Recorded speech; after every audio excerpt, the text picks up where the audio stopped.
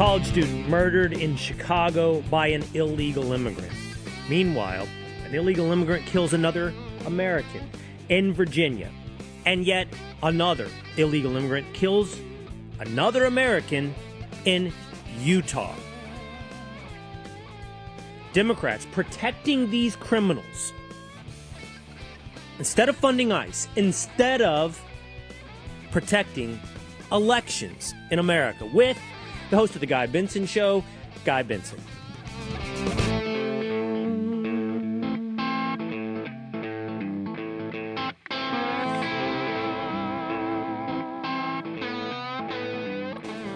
It is Will Cain Country, streaming live at the Will Cain Country YouTube channel, the Will Cain Facebook page. Hey, hit follow, Spotify or Apple, because they're hot on our trails, boys. They're hot on our trail, tinfoil. They're hot on our trail, Dan. Hit subscribe at Spotify or on Apple, or we might soon be caught by CNN. They've cracked the code. Ratings, look out. Jake Tapper, Anderson Cooper have finally figured out what it takes, and they looked no further than 4 o'clock on the Fox News channel. They've debuted, if you'll notice, a brand new set for Jake Tapper and Anderson Cooper. I don't know if this set is permanent or if this is a temporary trial run, but take a look. Feast your eyes. If you're watching on Facebook or on YouTube, if you're listening on Spotify or Apple, let me describe for you the scene that will lead to a ratings resurgence. Jake Tapper sitting in his office. Presidential posters adorn the walls. And right there on his tchotchke-laden desk, a microphone. Looks familiar. An exposed microphone. Not only has he cracked the code to look like a podcast, he's gone full Pat McAfee. Bobbleheads and tchotchkes. No professional sports teams, but of former presidents. Adorn the desk, and now we are off and running, boys. They've done it. They have finally done it. No, Dan. He looks right at home in his office. Don't you understand what they're communicating? This is the real Jake Tapper. And if you want to see, by the way, the real Anderson Cooper, it's just a little bit more boring than that Jake Tapper photo. Here's Anderson Cooper in a newsroom. But, oh, look, he has the microphone. Look out, folks. They got the memo. CNN, soon to be in third place. By the way, third place is a victory for CNN, at least according to the media. I just want to share with you really quickly this article that was flagged for me yesterday in Forbes, okay? The article is entitled, How Casey Hunt Made 4 p.m. into the CNN Power Hour. Ooh, they must be doing big things over there at CNN at 4 p.m. Casey Hunt, whoever she is, has really turned it into the Power Hour. Of course, that competes with what we do over on the Fox News channel. But if you scroll down, not very far, you'll see a little context for how well they're doing. And I'll read to you now from Forbes. The Arena with Casey Hunt, which debuted in the 4 p.m. Eastern Time hour 1 year ago, was posted some of the highest ratings CNN has seen in a time slot in years. Impressive. Nice. Congratulations, Casey. Good job, guys. Including several months as the network's highest-rated show, drawing an average total audience of more than 700,000 viewers. That's pretty awesome. Highest-rated show on CNN. That's cool. Holy moly. Oh, and then comes the next sentence. The Arena has room to grow compared to its competition as it trails Fox News Channel's The Will Cain Show at 4 p.m., which drew an average audience of 2.3 million viewers in February. Bang. So, little room to grow. From 700,000 to 2.3 million. That's a very positive way to say you are sitting, not second, by the way, in a distant third, because we've got to give our flowers to Nicole Wallace over at MS Now, who is beating that CNN Power Hour. That CNN Power Hour at 4 p.m. That's right. With help from our next guest who held down the fort for me, I heard through the grapevine, because I was on spring break time, that President Trump commandeered all but 7 minutes of your guest hosting hour of the Will Cain Show. It's Guy Benson, the host of the Guy Benson Show. Is that right, Guy? Did President Trump take all but 7 minutes of your guest hosting? Well, I believe that our audience was 2.8 million people that day, and I'm going to ascribe all of that success to me personally and not President Trump being on camera for 54 minutes of my work. I said hello at the beginning, beautifully, by the way. Read the teleprompter, tossed to a live report from Israel, and then straight to the White House, the Oval. And then I said goodbye for 15 seconds and sent it over to the 5. And it was some of my best work, honestly. And it was an honor to sit in. You get credit. I'm taking the credit. The other thing is, Will, you get credit, Guy. I feel like this conversation that we're having so far isn't really authentic enough. So I'm just going to add a little something here. Just here. There we go. Now I feel like really having an authentic conversation with a vintage fake microphone in front of my face. There's a gigantic, I would describe it as old school vintage microphone. It's a pen holder shaped as a microphone. It's a prop. Well, do you have any presidential posters on the wall? I mean, I don't, but I do have. Hang on, let me see if I can. Can I unclip this? I do have this swag from back in the day. My first presidential vote in 2004. I have there. This, you go. Yep, I have this lying around. I've got a little sports stuff. I got Willie the Wildcat from my Northwestern Wildcats here, and I've got a little Republican elephant action going on. So that's my swag here at home. That's awesome. You know, the Jake Tapper office, which I can share another photo with you folks if you're watching. Like, by the way, did you notice, Will, how relaxed they are? Open collar for Jake. Oh yeah. And then the loosened tie for Anderson. That's authentic. Yeah. Look at the office. It's just adorned in political posters. You've got Romney Ryan, several Mitt Romney posters. You've got a McCain Palin. You've got some that throw back to the 1800s. I don't know who Smith is, the gigantic poster he has behind him. Oh, you even see his closet. Some jackets and shirts there. And he's got the presidential tchotchkes on the desk. I mean, it's really it is the McAfee style set. It's politics as sports. See, he's super into this. This is his gig. This is his thing, man. And this is authentic. You know that there was a meeting, probably a long one, about whether or not to keep the rack with the hangers in the shot or out. And it was decided more authentic, keep it in, right? That totally happened. They've cracked the code, man. Here come the ratings. I just want to tell you a quick story, Guy, about your guest hosting duties and what that means for you getting credit, and ultimately me as well. Because how you do well, I do well. I got a call one time from the White House. I got a call from President Trump. I screened it because I didn't recognize the number, and sometimes my number's too easily accessible. And I got a text that said, "Answer your damn phone. It's the president."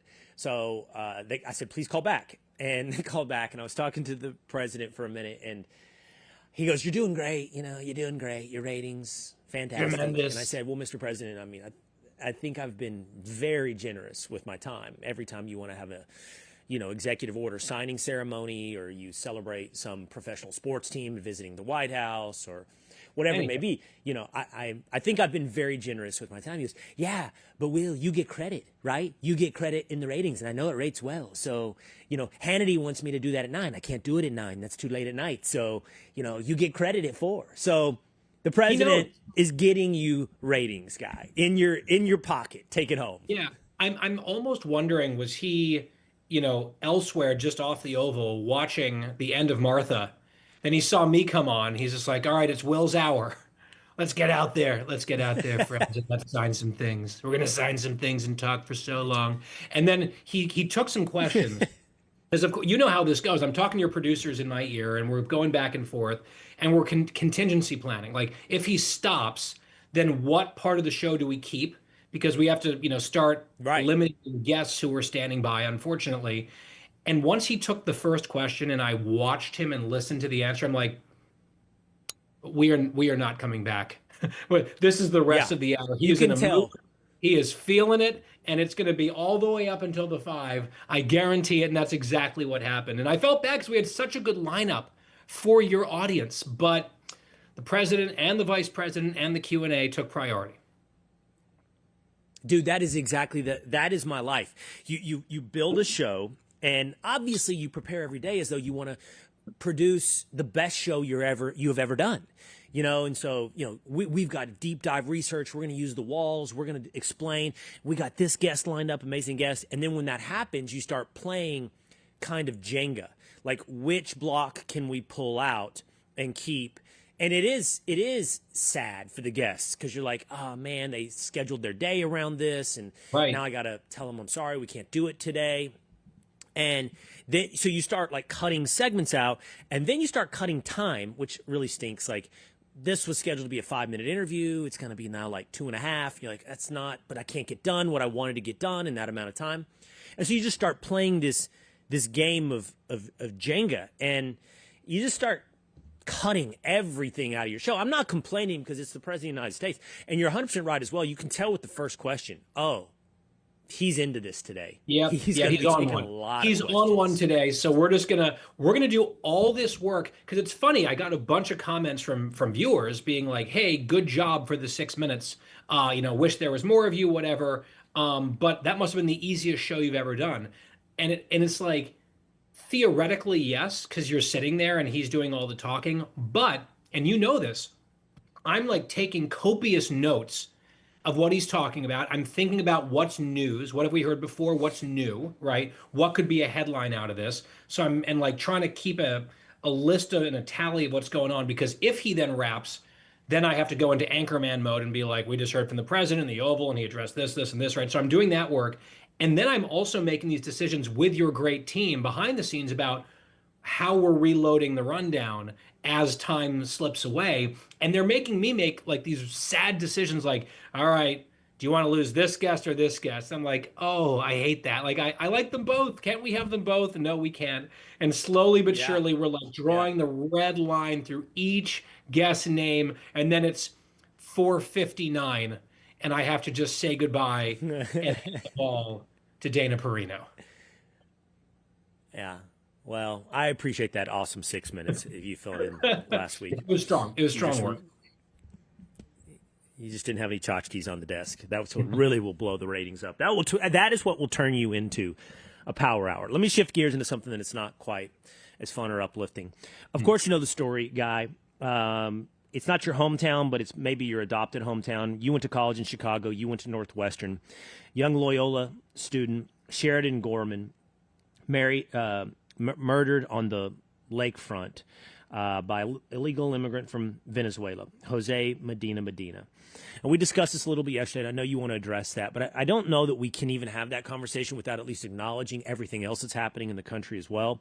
And that is in Salt Lake, a Mexican illegal alien strangled a woman, slit her throat, left her to die. Not sure when he came into the country, but Jesus Alejandro Ramirez Padilla is in custody now. And then at the same time in Virginia, a lady named Stephanie Minter was murdered at a bus stop by an illegal immigrant with a lengthy record. If I were doing this properly, Guy, I feel like I'd have a catalog of all of these stories. Of course, Laken Riley, some Jocelyn Nungare, so many others, because these aren't isolated incidences.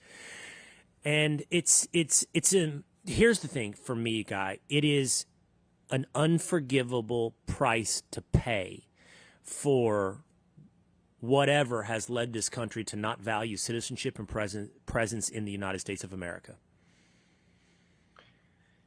So, several things to say. I want to quickly talk about Stephanie Minter because that's right down the road from where I live in Fairfax County, Virginia. This woman was exactly my age. She was at a bus stop, and this guy stabbed her in the neck until she bled out and died. That accused killer, an illegal immigrant, had previously 40 criminal charges against him, including rape.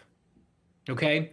This guy had a string of crimes, including violent crimes. Some of the most violent of those crimes, eventually the prosecutor in Fairfax County, a guy named Steve Descano, he's one of these Soros guys, he dropped, as he so often does, the most serious charges against him. There is in writing from local police in Fairfax a warning from the police to the prosecutor's office begging them not to let him go because the cops wrote it is a matter of time before he kills. and they let him go anyway, because that's what they do. Steve Descano is not a fan of prosecuting. He's a prosecutor, but he doesn't like to prosecute. He's a big fan of criminals, actually. He's a pro-criminal prosecutor, as elected by the people in the Deep Blue County, funded by George Soros. And so he let the guy go despite the warnings, and then he did exactly what was predicted. And he has been, this accused illegal immigrant killer, protected, shielded by the sanctuary policy in Fairfax County. Despite that massive rap sheet, they could not work with ICE. They are banned from working with ICE because of progress and sanctuary. And even after the murder, the governor, the new governor in Virginia, who made the whole state a sanctuary state on her first day in office, the moderate Abigail Spanberger, she was asked, would she now finally honor an ICE detainer on this guy? And the answer was no. They'd have to get a judicial warrant, which involves federal crimes. Like, they are this committed to that insanity that they won't even just say, you know what, let's make an exception on the sanctuary rule for this guy. They can't do it. They won't do it. This murder was preventable. It should have been prevented. The guy should have been in the country in the first place. He should have been thrown out of the country after his first crime, let alone 40th. He should have been let out after 40 crimes. All of those things happened. They were warned he was going to kill, and he killed. And the response from Democrats who created all those policies in Virginia was either silence, didn't mention it at all, or some statement through a spokesperson because they didn't want to be on camera talking about it. The lieutenant governor ran away from a reporter asking about it, sort of smirking.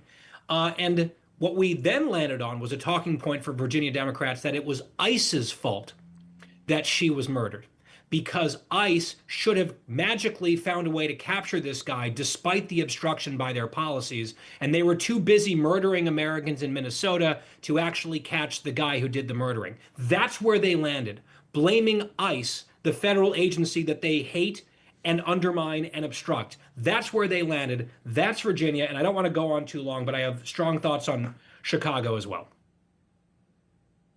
Yeah, well, go. Okay, I want to hear your thoughts on Chicago as well. That's all very well put about Virginia. And the line that you uttered that I want to latch onto and revisit is that's how committed they are to these policies. And you know, we could even dig deeper. That's how committed they are to something more than a policy, because it's really not about any particular policy. It's about an idea and a vision.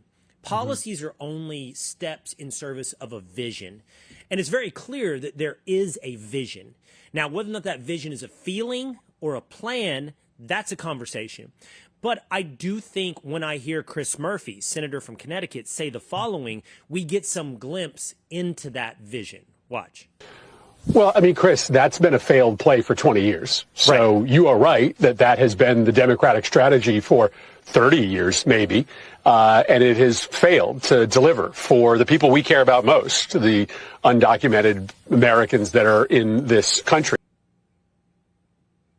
Okay, that's the people we care about most, the undocumented Americans. By the way, there's no such thing as an undocumented American. That's a new twist of phrase that's designed to make you think there's no difference between you and an illegal immigrant except for the filing of some overly burdensome paperwork, an undocumented American. But that's who matters most, says Chris Murphy. Yep. It's the State of the Union moment when Trump was like, hey, stand up if you agree that the job of the government is protect citizens over illegal immigrants, and all the Democrats sat. That was the viral moment. And then here's a senator who was, by the way, boycotting the State of the Union that night and was out at some crazy rally outside, saying it even louder and more clearly. The people that we care about the most are undocumented Americans. I have a running joke with a friend of mine that Democrats' most treasured Americans are illegal immigrants. Like the very best Americans, they believe, are illegal immigrants. And like, it's only somewhat tongue in cheek. And then here's a U.S. senator saying it out loud. And that brings us to Chicago and Sheridan Gorman. I did a pretty intense monologue on my radio show yesterday. The clip of it, by the way, is on Fox News YouTube right now. People can find it, where I had to sort of control my rage talking about this story. And I feel like you listed off Laken Riley. We could talk about Molly Tibbetts. We could talk about Rachel Morin. Jocelyn Nungaray, Stephanie Mincher. There is this long and growing list, and all these, angel families that the media generally ignores because they're inconvenient. This one has bothered me most viscerally, I think. And I was trying to figure out why. And then I realized not to make it all about me, because it's not at all about me, but I remember what it was like to be an 18-year-old kid from the New York area, like Sheridan was, picking up and moving my life to Chicago and living the life of a college freshman, like a few minutes from where she was murdered. I lived after college blocks from where that campus is, Loyola. So it hit home hard for me seeing the photos of this girl from Westchester County in New York and the details of this case where her accused killer, who by the way couldn't appear in court for his first court appearance because he's being treated presumably on taxpayer dime in a hospital for tuberculosis, which I don't think he contracted in the last few days. He was out there walking around with TB committing murders, but now he can't show up to court because we're paying for his health care that he's getting, having just stolen the life of this girl, allegedly. This guy crossed the border illegally, knowingly, willfully in 2023. Weeks after one of the many times Alejandro Mayorkas, then the DHS secretary, said under oath that the border was secure. He walked across that not secure border. He was not vetted, obviously, by the Biden administration, and he was proactively released. Within days of him breaking that law and being released, he was already in Chicago. We know that because he was arrested in Chicago within days of crossing the border illegally. And I just pause there because think about the arrogance and the sense of impunity to come illegally to a country and have so little respect for the rule of law and so little fear that there's any consequences for anything that you commit a new crime within days of entering that country illegally. He did it. And because it's Chicago, they immediately cut him loose because they have another one of these Soros-style prosecutors. They're not going to keep him. They're not going to cooperate with the feds to deport him because they have a sanctuary law. In fact, it was debated last year. There were a few aldermen saying we shouldn't have this same policy anymore. The mayor, Brandon Johnson, fought it hard, and they kept their sanctuary policy exactly as is. The vote was 39-11, total blowout. That's the representatives of Chicago. This is what they want. And so because that guy was protected by soft on crime prosecutors and protected by sanctuary policies, he's been walking free for the last couple of years. God knows what he's been up to. And then allegedly he shot this girl to death in what seems to be a thrill kill. And it's like the open border policy, the soft on crime policies, the sanctuary policies combined led to this crime, to this murder. And the point that I made in my monologue, Will, and I know it's a little bit provocative, but I think it is true. People will say there's all these cliches around it, wrong place, wrong time, which I think is nonsense. The Chicago Tribune called this guy a Rogers Park man, shades of Maryland dad. But the other thing you've heard is, well, the system failed Sheridan Gorman. And my point is, no, it didn't. The system did not fail her. The system caused the death. The system worked as designed. This is the system under Democrats. And I know that sounds very partisan and very judgmental, and people do the blood on the hands, all the thing in politics, and that too much. I think it's overused. But they created a system at the federal level, at the state level, and in the city of Chicago. Democrats, as the architects at each step of that, the system that they wanted and created led to her murder. The system didn't fail her. The system caused the death. So here, I've been curious about your perspective on this. I told the guys when I was planning the show this morning.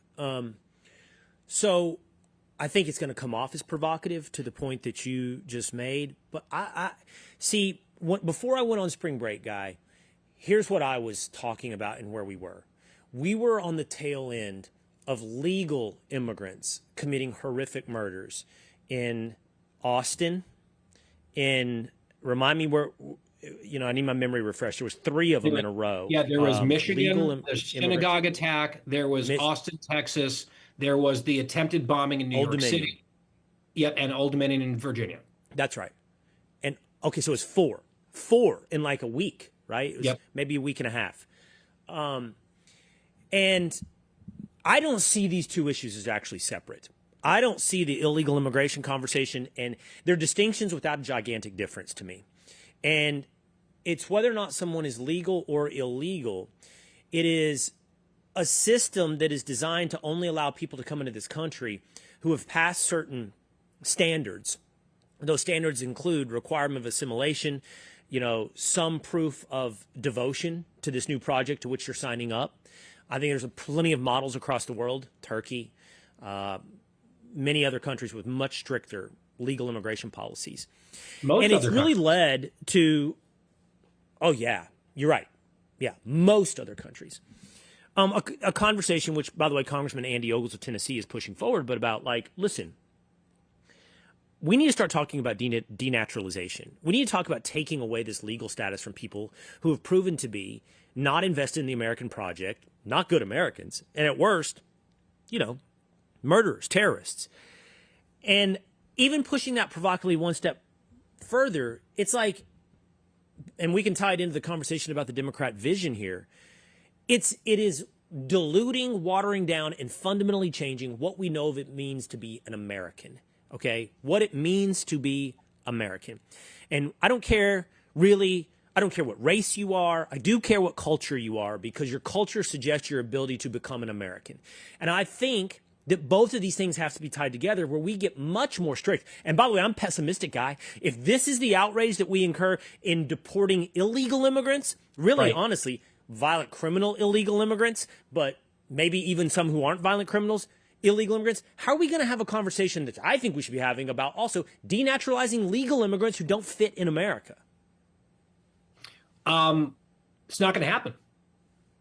The Democrats are fully committed to preventing the deportation of criminal, illegal immigrants. The idea that they're going to be open to any denaturalization conversations, I think, is a fantasy. I mean, I do think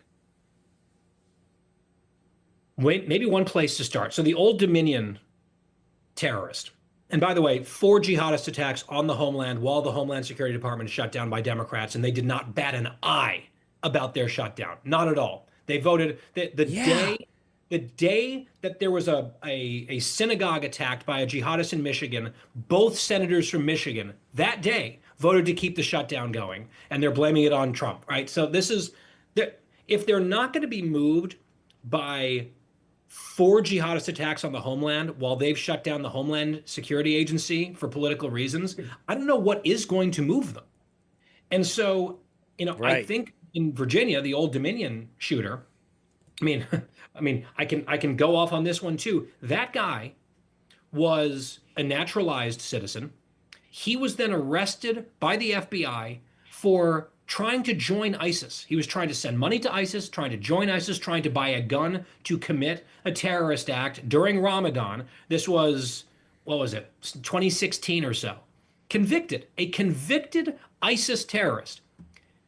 And the judge didn't even consider the maximum sentence, sentenced him to about half the maximum sentence, and they released him years short of even the short sentence that he got. And then they put him right back out on the street, a convicted terrorist.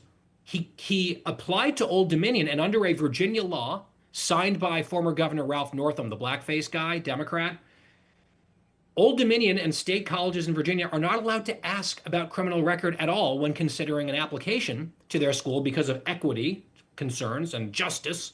And so the school had no idea that they were admitting into their community a convicted ISIS terrorist who then bought a gun illegally from a guy that Democrats had not prosecuted for illegal gun sales in the recent past, and committed the exact jihadist attack that he said he wanted to do back in 2016. He finished the job in 2026, having the system done its work on him, and this is what we got. And I made the humble suggestion on the Big Weekend show right after this happened. Could we at least, I know it's bare bones, this should not be hard, but it is. Could we at least say, if you are a naturalized citizen and you're convicted of terrorism offenses, we denaturalize you and send you home? Can we do that? And I'm not sure there's been a bill introduced even by the Republicans on that. And I wonder how many no's we would get from Democrats on that. Like, That seems like a pretty basic thing to do. Like, it's cynical, Will, but there's a news hook. We've got a dead ROTC, American hero instructor at Old Dominion University who gave his life to the country, one of our actual finest, not Chris Murphy's definition of the finest American. A real American hero is dead because of this jihadist terrorist. What are we doing not having a bill that comes up within a week that says, hello, if you're a naturalized citizen or in the country as a non-citizen, either one, and you're convicted of terrorism, you are automatically denaturalized and deported as soon as your prison sentence is over. I think 98% of Americans, 99% of Americans would be in support of that. But I think you're right. I don't know if you get a single Democrat vote. I don't think you get a single. You might get a dozen in the House. much less what I want, which is a much more rigorous process that if you cannot pass, you don't get to maintain your citizenship. I mean, Will, there's the door. There's like controlling the door, but then like I think there's I think there should be a trial period after you're through the door of like, have you assimilated? You've got X amount of years to show certain characteristics of assimilation and love and devotion and understanding of America. I mean, I know it's a pipe dream.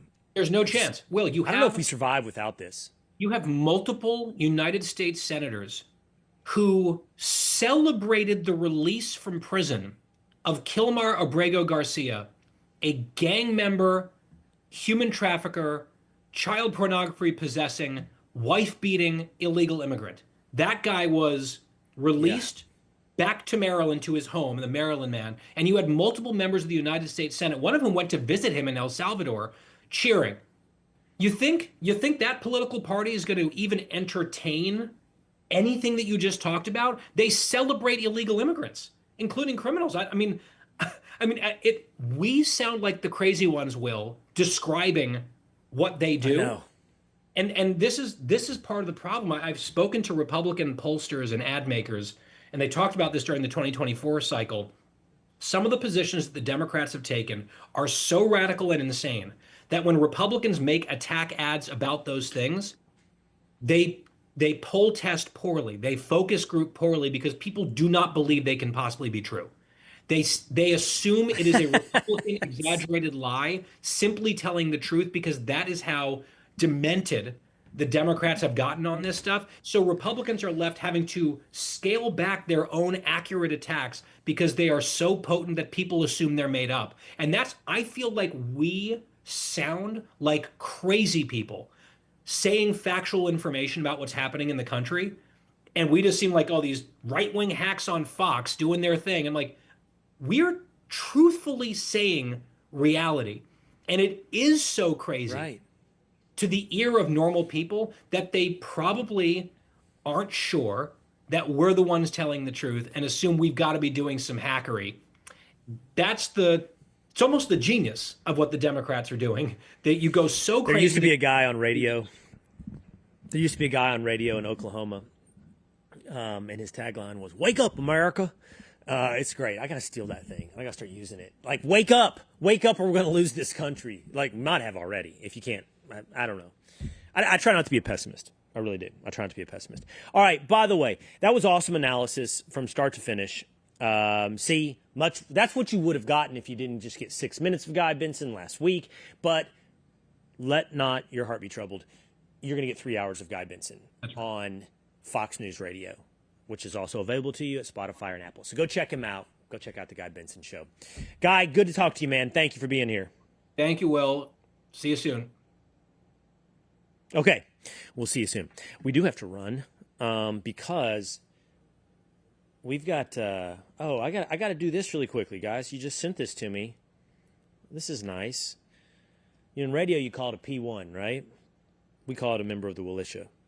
Big Jep OKC. By the way, Will, it's my birthday today, celebrating with Will Cain Country. Woohoo. Happy birthday, Big Jep. Yeah, happy birthday. We love having you here every week. There's Asra Nomani.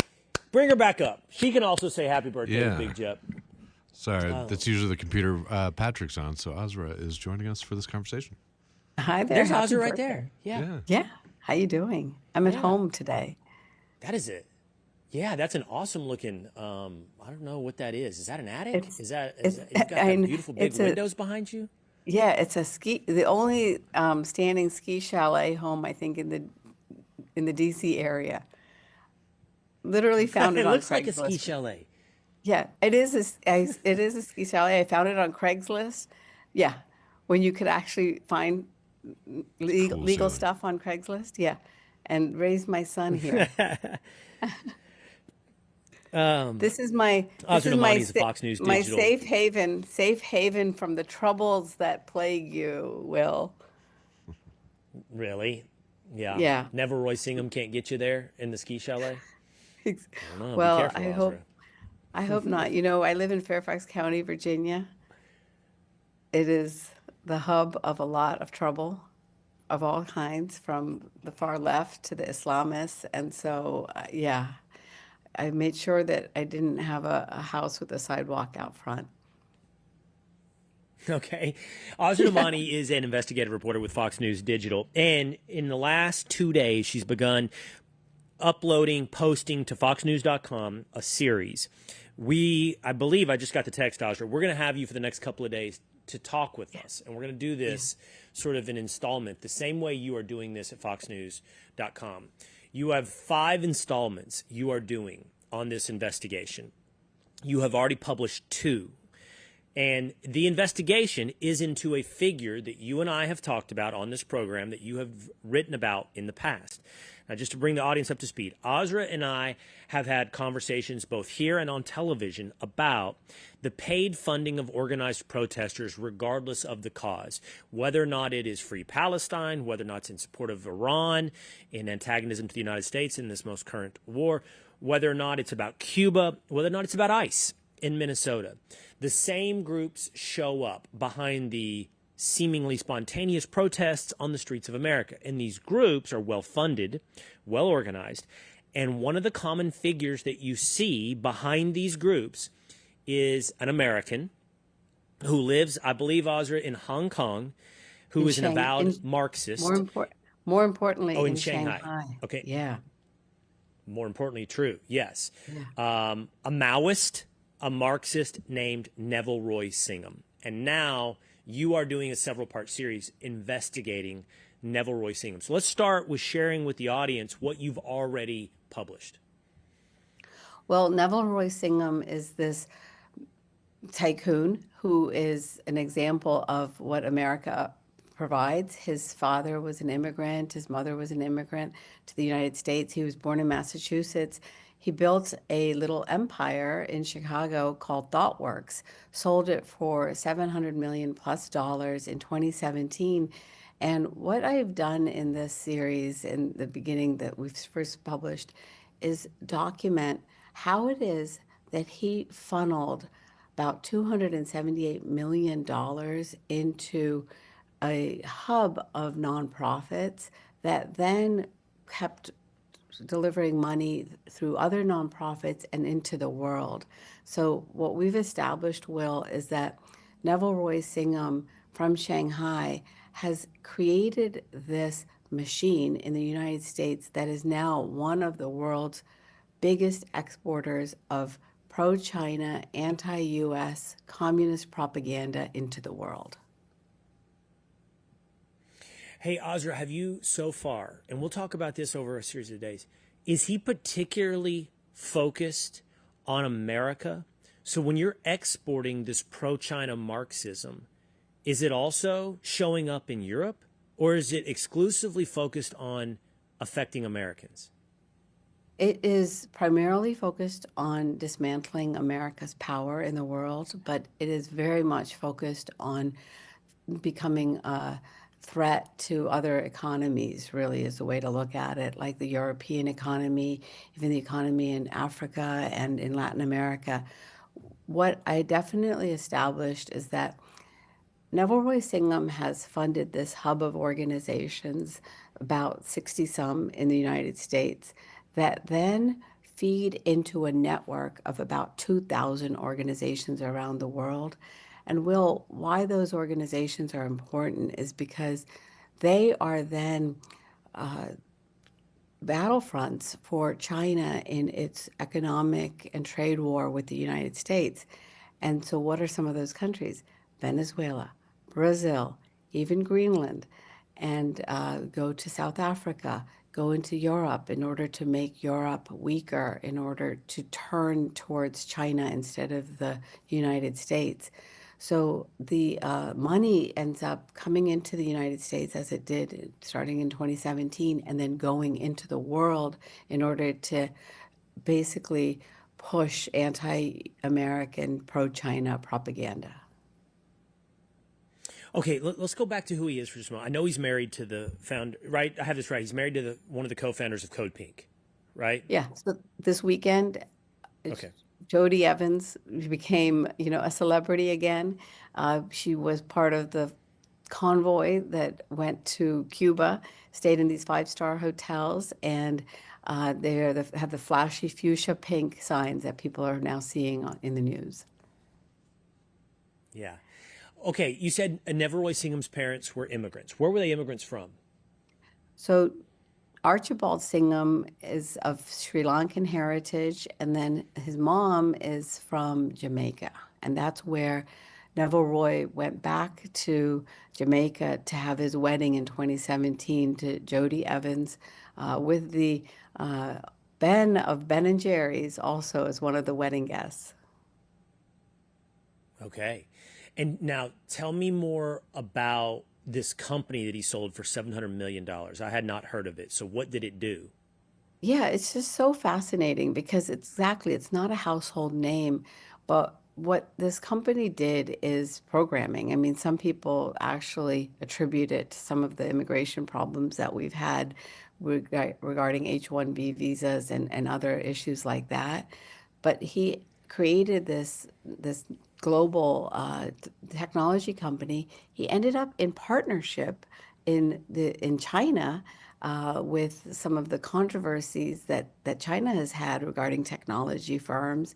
And that's when he moved to Shanghai and settled there, and then sold ThoughtWorks in 2017 to a private equity firm. What I'm trying to investigate, Will, is who were the investors in this firm? There's a lot of questions being raised about whether this was a operation in which investors from China were actually able to put money into his pockets in order to then Right. promote China into the world. So this I do not have established. The equity firm does not reveal its investors, but it made him a gazillionaire, overnight, and that is then what he turned into this hub of nonprofits with very familiar names to you now: People's Forum, Right. Breakthrough Media, Tricontinental, Code Pink, and a couple Right. others, and then that hub of organizations started feeding money into more organizations that then led to this layered network that he created over almost a decade now. I hope everyone listening, if this is the first time they're hearing of this conversation, they can go back. Asra and I have probably had at least 2 or 3 other deep dive conversations on these organizations: the People's Forum, Code Pink, many others. He is the tie. Is it fair to say, Asra, do you think, is he the singular tie? Because whenever I do this story Yeah. on the Fox News channel or with you, people often bring up George Soros to me. Yeah. Like on social media and other places, because people have become familiar with George Soros's philanthropy and activism on the left. They're not as familiar with Neville Roy Singham. They're beginning to learn who he is. But is it fair, the way I take all the organizations you and I have talked about in the past, is Soros also involved in those? Or is this really a Neville Roy Singham project and he's the tie that binds these organizations? Yeah, there's a brave dissident from China named Xi Van Fleet, and she survived the Cultural Revolution, and she describes Neville Roy Singham Sure. as the George Soros of China. So George Soros is far left, as people know. Neville Roy Singham is even further left than George Soros. Neville Roy Singham has self-avowed allegiance to the Chinese Communist Party. She she has talked about how also the rhetoric that he repeats is that of Mao. And I did a large language model analysis of Singham's own speeches that I found, a big document that I'm going to talk to you about hopefully later on this week, in which he really repeats the Chinese talking points about World War II. He rewrites history. So if there's any history buffs out there, stay tuned this week because we're going to dive into that, I hope. Yeah. But Well, that's actually a question I was going to ask you. So you've seen some of his own words, and that's coming in this series this week. You have, because I was curious when you say self-avowed Marxist, Maoist, you have that in his own words.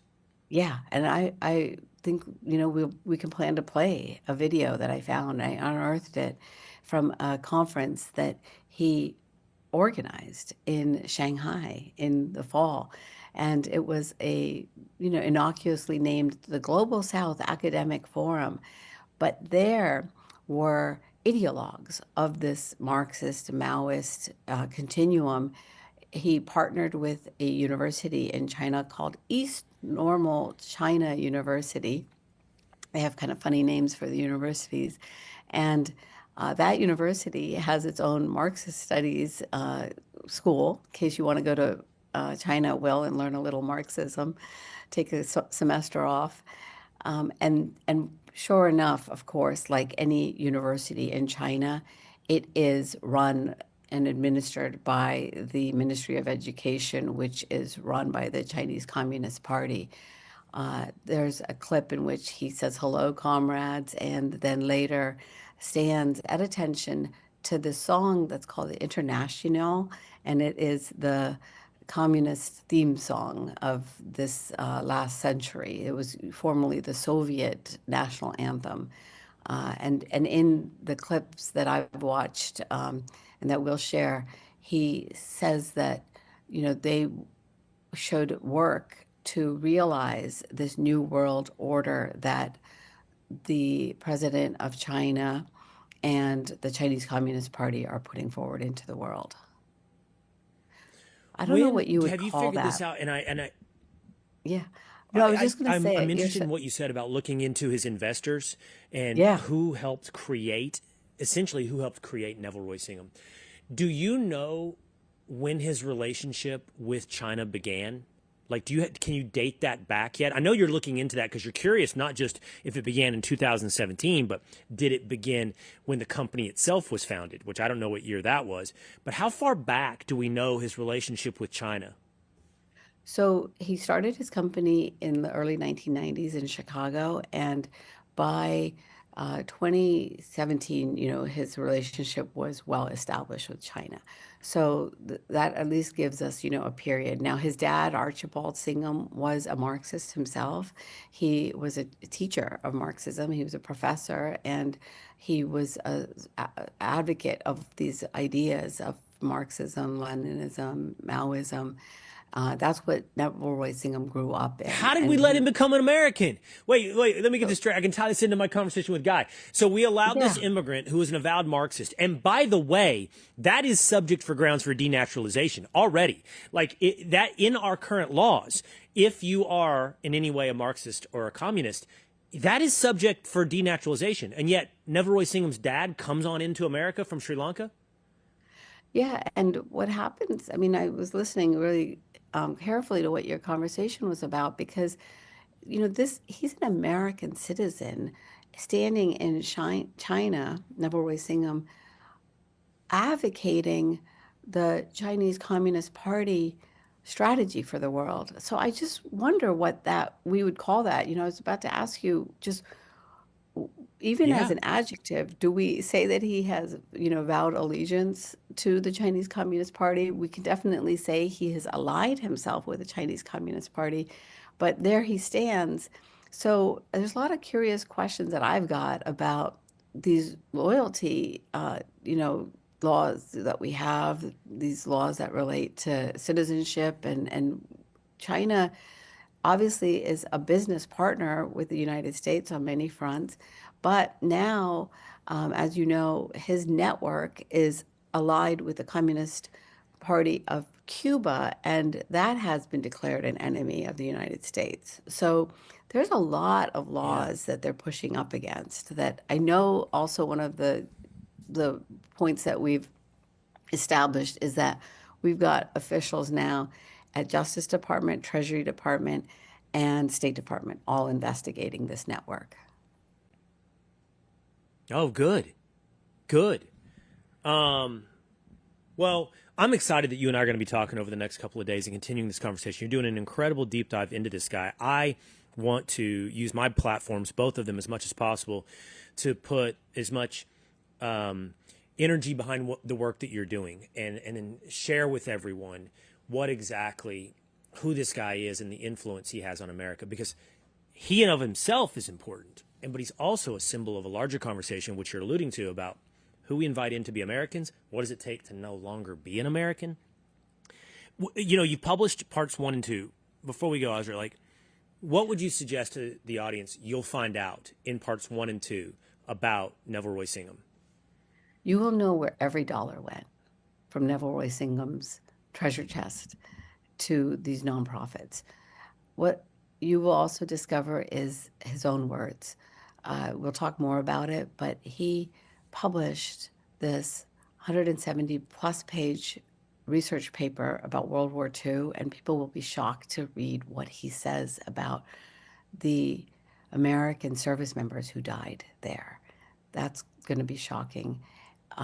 And the last thing that I believe will happen, which is why your work is so important, Will, is that you will inoculate yourself to the tactics of this campaign that many people call cognitive warfare for the hearts and minds of Americans. We're all, potential targets of the messaging, propaganda, and information operations that Neville Roy Singham's network has unleashed on the world. And the best thing that we can do for our own brains and for then the nation is to inoculate yourself with a shield, a sort of, Israel talks about the Iron Dome, and I think a lot of times we need that around our brains, but Insight gives us an Iron Dome around our brains against this cognitive warfare. And I think that's one of the greatest benefits that readers will have when they dive into the series. That's the thing. There is a cognitive warfare going on. We might as well learn its impact on us and the players behind it. That's the work. Asra Nomani's done it at the Wall Street Journal. She's now doing it at Fox News Digital. You can go over there right now and check out parts 1 and 2. She'll be with us to talk about parts 3, 4, and 5. We really appreciate Asra. Please, would love to have you on the TV show as well, Asra. We'd love to really help this message get out. Thanks for your time today, Asra. Thank you. All right, there she goes, Asra Nomani, Fox News investigative journalist. I want to check in with you guys here. I got a couple different messages. Kimberly Cole says on YouTube, I'm also in Virginia. The sheriffs are elected law enforcement officers. They do not report to the mayor or governor. That sheriff in Fairfax County can choose to work with ICE, but refuses. Call her out. Russell Smith says, undocumented Americans. Oxymoron. Yeah, exactly. That is an oxymoron. There's no such thing. Let's head over to Facebook. Zachariah Rossi says, this is all due to the fact that the last administration did absolutely nothing for the American people. The only thing I would take issue with, Zachariah, is it's all due. It is in large part due to the last administration. But we, in my opinion, have a problem. The illegal immigration problem is gigantic. And we've shown the charts of what happened under the Biden administration. And we will pay the price. And here's the truth. We will pay the price for those 4 years for decades. Generations, we will pay the price. However, that is not the end of the story. The story is we've had multiple administrations, both parties, way too open to refugees, to legal immigration, and tolerant of illegal immigration. And no matter how radical it sounds, like to the point of what Guy was saying, it's not radical to say that a damn terrorist should be denaturalized and not be American. I don't think it's radical to go as far as I want. Even I agree. I don't know, some kind of loyalty test. I believe that's the moderate position. Test. A loyalty test? What would that look like? Maybe I could be the czar of loyalty. And you have to sit down in front of Will. And I ask you questions like, God, that'd be so good. Michael Phelps is snowboarding against Eileen Gu. Who do you root for? Right? And if you don't say Michael Phelps, and I'm very aware that neither of them snowboard, Eileen might in her free time. Michael might in his free time. If you don't say Michael Phelps, automatic denaturalization. She's a freestyle skier. You're done. Oh, I had no idea. Get out of here. I don't follow that. Oh, look at Daisy Mae Fox over on Facebook. Yeah. Says the biggest problem are white men. Sorry, but true. It is true. I had to Daisy. give you that one. I had to give you that one. We did put this show together. I'm All glad three you of did. us are the problem. That's Very big issue. Can you believe that Joe Biden actually said that while this was happening? While this was happening, the biggest problem are white men. It sucks, but true. You know, I she have said so much I want to say, Daisy, but I'm not going to say it. I'm just going to say, Yes. cute dog, Daisy, in your profile pic. We'll do an after-hour show where you could say that. Debbie Schockler McKnight says CNN is the new National Enquirer. Let's go back to that for just a moment. Yeah. Okay, where is my picture of Jake Tapper? I think this is my favorite one. It's actually pretty visually stimulating. There's a lot going on. A lot of Romney. What's up with Is Romney? that his office? You know, I'm going to profess a little bit of ignorance. Was this actually his TV show? Like, this is what they're doing on the TV shows now, right? If I tune in today, will I see this on Tapper and Cooper? I want to check. It will. I don't really? know. I don't know if they kept it going, but I know this is what it was last week for at least a day. Okay. Our Road. Did you? I think you grabbed this, Patrick, somewhere. It should be in Maybe I there. don't have it. Road MN, who covers ratings. Oh yeah, here it is. He said, "I wonder where CNN got the massive desk microphone idea from." Dylan Byers tries to deflect to Edward R. Murrow, but we all know Will Cain show. Boom. That was first show, too, by the way, that picture. Yeah, that's day one. Yeah. That's day one of the Will Cain show. Right there. Do I look younger 1 year ago? No, stop. Don't That's even. great hair. You're Stop tanner dyeing now. it. Yeah. I am Tanner. I haven't even gotten a hold of that stuff that he's not a doctor, that longevity guy told us about yesterday. Yeah. There's a guy at my gym. that does that stuff. I said something to him this morning. Really? I said, "Hey, Patrick." His name's Patrick. Yeah, I was like, "Hey, is that?" I heard you talk because I heard him talking about it one time. The I heard horny him tan talking stuff? about taking this shot that makes you tan. Yeah. And he has gotten a lot tanner, And I said, "Are you doing that tanning peptide, melon tan or whatever?" And he's like, "Dude, I double dosed it." He's like, "I've lost my white privilege." And You now have to identify as something else. He double dosed it. He said it takes 3 months to wear off. To wear off. It can't be good for you. That's kind of interesting. It cannot be good for you. I need to do some research. Is it better than a sunburn? It's got to be better than a sunburn for you. So CNN, here's the deal. Like all this, the bottom line truth is this. I don't have record ratings at 4 p.m. because of a big microphone. Joe Rogan is not the number one podcast because of a relaxed environment. It's that those environments and the microphone speak to something else, and that something else is authenticity. Unfortunately, authenticity has been turned into the modern day synergy, a word that everyone uses and very little understand. It's become business jargon, media jargon. But authenticity is simply just being real, being true to yourself, to your message, and with your audience. And that's the only promise that I've ever tried to make. I won't always get it right. I will sometimes lose a debate, but I will always try to be real with my audience. And that authenticity starts with, this is what I believe to be true. Here are the facts. Here are the news. And here's what I believe to be true about this information. In order to try to validate that truth, I will try to bring on people that disagree with me if there's some subjective interpretation of that truth. But CNN starts everything and has for their entire existence with a lie. They say they are objective, that they don't have a point of view. And you can't subject your point of view to any rebuttal and thus trust the audience to get to the truth if you pretend to be the Word of God. If you pretend to be Edward R. Murrow, who was pretending himself back then. Objectivity is an aspiration, but it's not a status. So when you tell everybody that you don't have a bias, you don't have a point of view, you've started with a lie. And then everything after that is a lie, including the microphone on your desk. And the image of authenticity is the opposite. You're just not being real, no matter how many political posters and exposed wardrobe you put in your shot. Try being real. And by this point, it's too far gone. Like, it would take a radical reinvention to get back to something that is real. I do feel like and that applies to us. Any human being.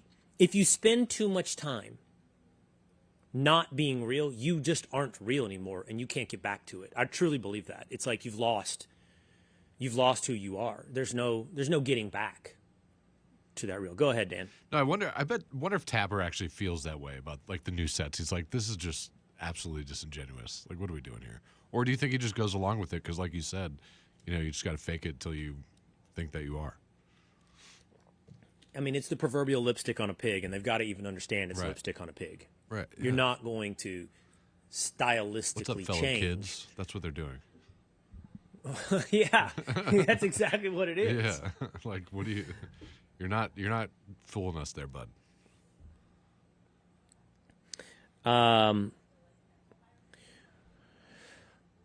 excited that we're going to have Asra Nomani here the next couple of days to talk about this series. It's never always seen. I think it's really, really, really, really fascinating. Mm-hmm. All right. Patrick, you have two other stories we want to hit before we go today. One is Ron DeSantis. Ron DeSantis is being asked about another run in 2028. From the New York Post, DeSantis doesn't rule out 2028 presidential run. Quote, we'll see. DeSantis, and Patrick is a Floridian, so I know that you feel this way. I think most people do. He's a phenomenal governor.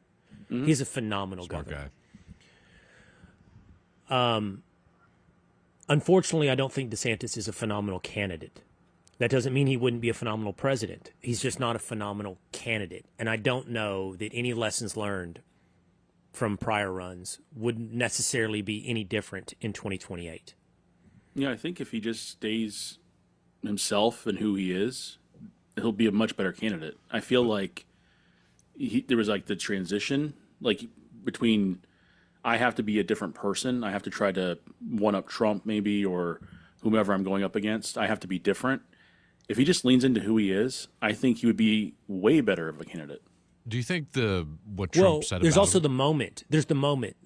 Often the man meets the moment, and the country's attitude at a given time can reward a different type of person depending on who that person is, their personality. Famously, what was it? Was it Warren G. Harding? Like his campaign was a return to normalcy. It wasn't Hoover. It may have been Hoover.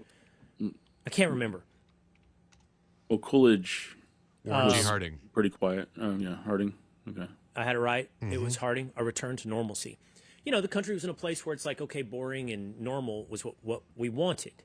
And you never know what the country will want at any given time and what kind of personality it will respond to. And maybe that will change the calculus for the candidate that is Ron DeSantis. And, I don't know. But maybe that moment will be for Marco Rubio. Maybe that moment will be for J.D. Vance. Don't you think what Trump said about DeSantis kind of hurts him after being the guy after Trump? You know what I mean? Because they were kind of going at it pretty good during that campaign. No, because everybody else did too. You don't think you think that's too far away? Because it would be Rubio. That's true. It would be all of them. Yeah, it would be all of them. You're right. But I feel like he really went after DeSantis because he was worried about DeSantis. Well, he really went after Marco, too. That's true. In 2016. Yeah. Really went after Marco. went after Ted Cruz. I mean, Trump forgives and forgets. Right. And I think the country But forgets. Trump follows. We move Yeah, very, yeah. very fast. That's Short attention span. The other story is just impossible. In fact, I didn't really read into this story, Patrick, so you're going to have to the details, but here is the headline, okay? Quadruple amputee, a.k.a. no arms, no legs. Quadruple amputee pro cornhole player. Let's just stop there. Quadruple amputee pro cornhole player. So he is a pro cornhole player with no arms and no legs. He gets paid to throw beanbags. I think you just stop right there. Yeah. I think you just stop right there and process. We got to process that. He's really good at throwing beanbags into a hole with no arms. But I or think you got to legs, go for one that step matter. back. People don't realize there's pro cornhole. Let's start there. There I is. think they do. I've seen it on the Ocho. Yeah, that's Yeah. true. Just watch ESPN2 on Memorial I've Day. seen You're it. going to see it. It's like darts. I love watching darts now, by the way. Is it 4th of July or Memorial Day? I can't remember what it is. It's all of them. You guys ever think, like in cornhole, you always think about your steps and like which leg you're launching off of in front? Like, Yeah. I'm always like, it should be like throwing a ball, right? Like your opposite leg. If you're throwing right-handed in cornhole, shouldn't your left foot be the advancing foot? You wouldn't want the same side, your right foot, right arm. You'd want left foot, right arm, right? to off balance the See, we're all thinking about your it. weight. Yeah, yeah. I can't tell which one I Yeah. do. I don't know. Point is, like in every sport, your base is your legs. This guy doesn't have any legs. Like, it's all about your legs and your hips and your core. I mean, listen to Tom Brady talk about throwing a football. This guy doesn't have any of that. And he's a pro. And we hadn't even gotten to the arms part, which is kind of key in Yeah. tossing a beanbag. Quadruple amputee pro cornhole player allegedly shot and killed acquaintance during argument. Let's stop there. Okay? Now he's used a gun to shoot and kill his acquaintance. Now, Patrick, I saw a video of this guy. I think it was this guy, right? We have it. On the internet. I don't- Showing how he you have the video? I'm a little worried about playing with you. Oh, with yeah. I YouTube. don't know if YouTube allows gun videos. Yeah. Anyway, go look it up on X. Well, he Just- takes Yeah. a handgun and he puts the magazine in, which he's got little. He's not cut off. He has something. It's not just at the shoulders, right? Right. And he can put the magazine in. I don't know how he jacks one into the chamber. He's kind of covering that up in the video, so you can't really see how he does it, but he does it. And then he holds it, and he is capable of pulling the trigger with what he's got. And so, okay, all right, he shoots and kills somebody. I can see.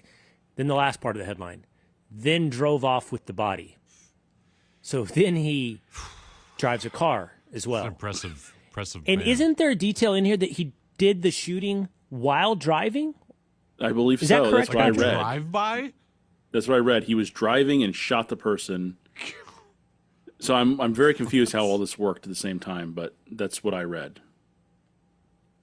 Very. Is this inappropriate to say? Very impressive. Like, not impressive, obviously. Right. We don't condone Terrible act. violence. But he pulled off a series of things in one headline that seem not just improbable, but perhaps impossible. Being a pro cornhole player, driving a car, and shooting a gun. All as a quadruple amputee. Allegedly. I mean, allegedly. Thank you. Yes. Not the quadruple amputee part, and not No. the pro cornhole player part, but the rest, allegedly. Right. It's a good point. Real quick. Something. I don't know if you mind. Chuck Norris passed away this weekend, and I have a clip. Oh, yes. I'm glad you brought this up. And I just think it's hilarious. And he's very well known for his martial arts and Walker, Texas Ranger. And Conan O'Brien used to have a lot of fun playing Walker, Texas Ranger clips. And this is one of the most popular ones. Well, folks, there is one clip from Walker, Texas Ranger that we've been holding back on. In fact, this is true. We've been afraid to show it. But it's spring cleaning, and I want to test just how good a crowd this is. So here it is.